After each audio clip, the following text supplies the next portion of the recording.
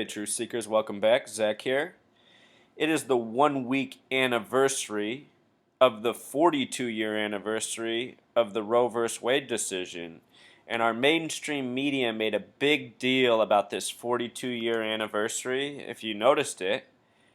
And if you look back in years past, they didn't make a big deal about the 41st anniversary or the 40th anniversary, but for the 42nd anniversary, they're making a big deal. And a lot of the media headlines have acknowledged that Obama's in favor of Roe v. Wade. The Republicans clearly are not. On the same day as the 42-year anniversary of the Roe v. Wade decision, the Republican Party put forth new legislation that's an anti-abortion bill.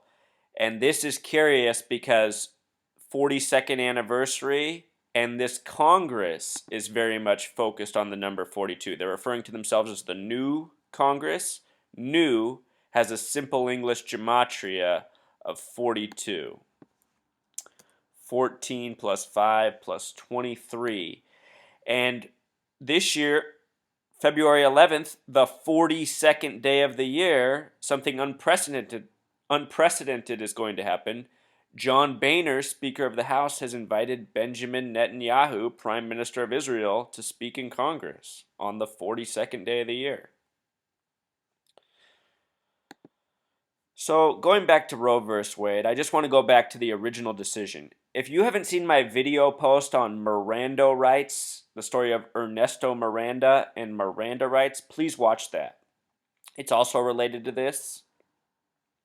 In the history of the Supreme Court, it's a history of numerology, gematria, and all the same stuff I've been exposing with all my other video posts. And here in Roe v. Wade, the name gematria and the dates are more evidence of the ongoing conspiracy and who is behind it. So let's get into it. It was first argued on December 13th, 1971. 12 plus 13 is 25, plus 71 is 96. The word Freemason sums to 96 with simple English gematria, just like the religion Satanism, just like the word knowledge, and Freemasons pride themselves on being the keepers of knowledge.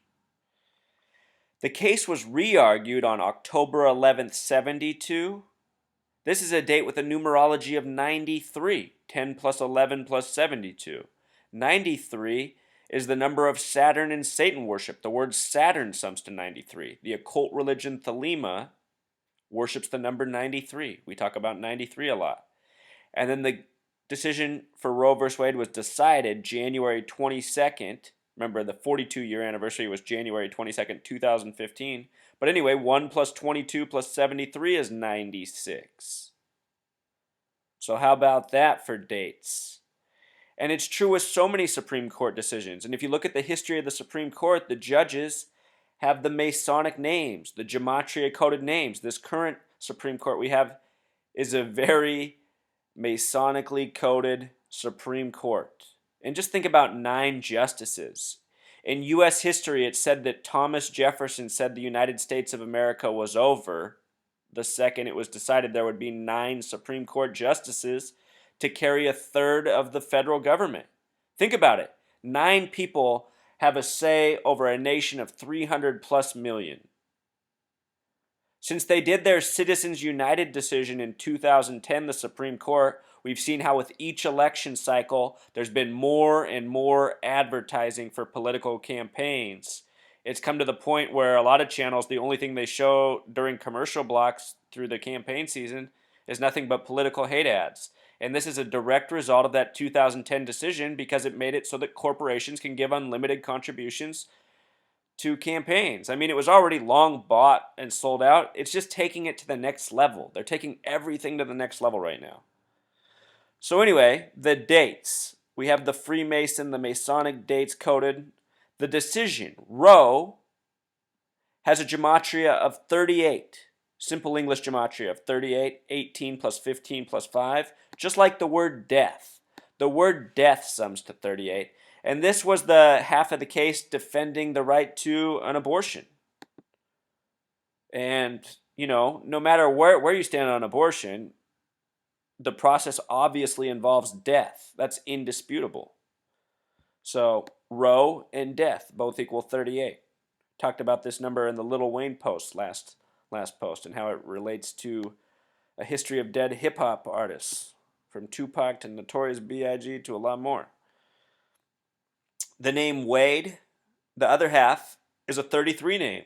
So here we have the 33 coding in this major case too. And once again, just some three-letter words that sum to 42: sin, war, and sick. And I think all those words correspond with this a whole lot.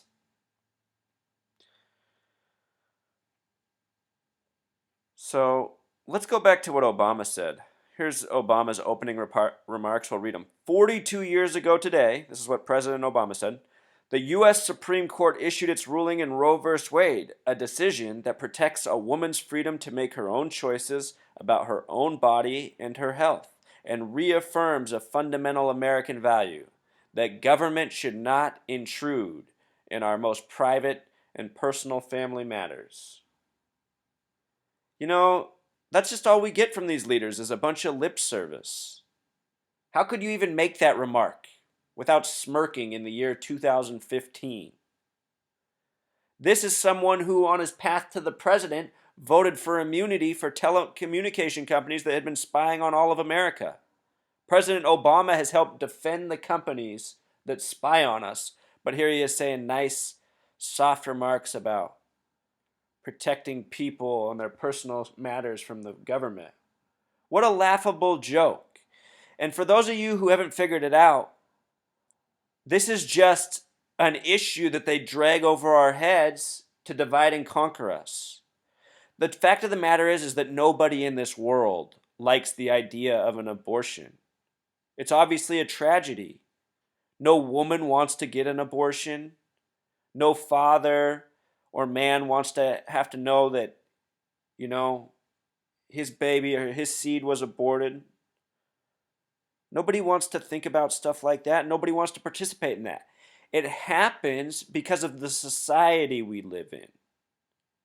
We live in a society where people find themselves in this situation and they realize they don't have the means or the capability to raise their child right. And at the same time, they don't want to have to go through giving up their child for adoption and going through the whole pregnancy. And I understand all the arguments. But Truth Seeker, this is what I can tell you from my personal experience. I used to work in a teen homeless shelter. And through that shelter came many young teenage girls between 14 and at 18 they had to move somewhere else. But my program went up to just until you turned 18. So 14 up until just the day you turned 18, we had so many girls come through there that were pregnant. And some of those girls were really advocating to keep their child and, wanting to do what they could to keep their child. But so many other wanted help with seeking an abortion. And you have to think about it. We're talking about homeless female girls that are pregnant. And, they're already struggling just to keep themselves alive. And to have to ask them to go through a pregnancy and, bring another life into this world, that's a lot to ask of them.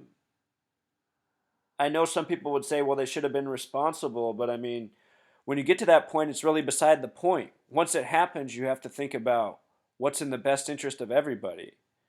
And the reality is we live in a world where there's not enough resources for people in need. And so many of these people in need are the ones that are procreating. And,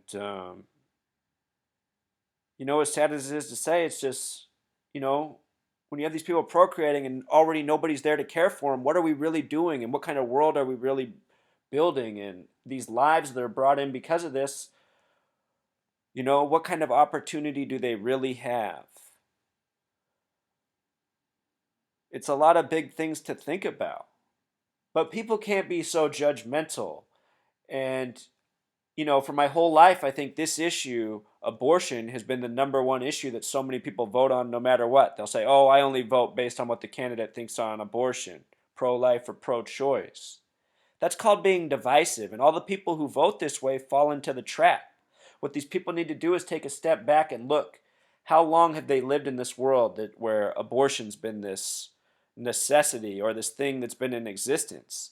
Abortion was first banned in this country in the year 1820. So, abortion's been around for a long time. What I just say, True Seeker, is instead of focusing on issues like this, we need to focus on making a better world. If we heal this world, we will heal these problems and a whole lot of other problems in the wake. We sit here arguing about symptoms of a sick society.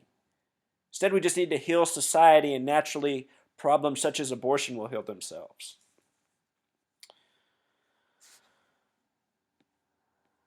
It's not worth getting divided over.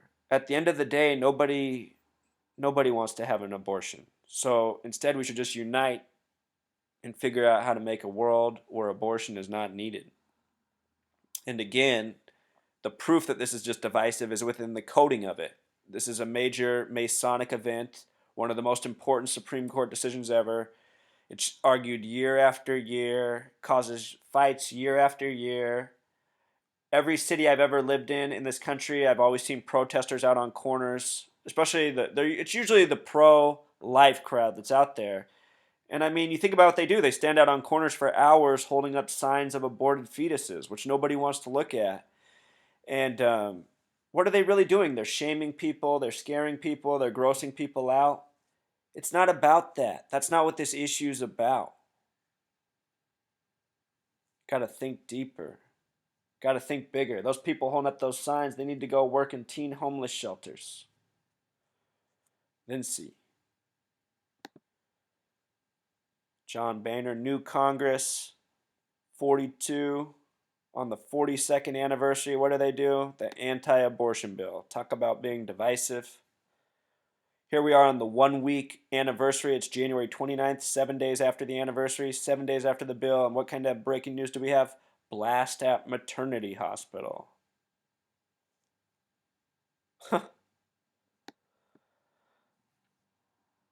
And there it is one more time. January 22nd, the 42-year anniversary. That's when they bring the bill. Doing things by the numbers, even when it comes to abortion. And with regards to trials, True Seeker, I've already talked a lot about O.J. Simpson and the hoax that was. Here's Aaron Hernandez, the famous patriot, and they wait to have his trial until when? Just days before the Patriots are in the Super Bowl. Is it all a coincidence or part of the well-orchestrated ongoing script? All right, True Seeker, until next time.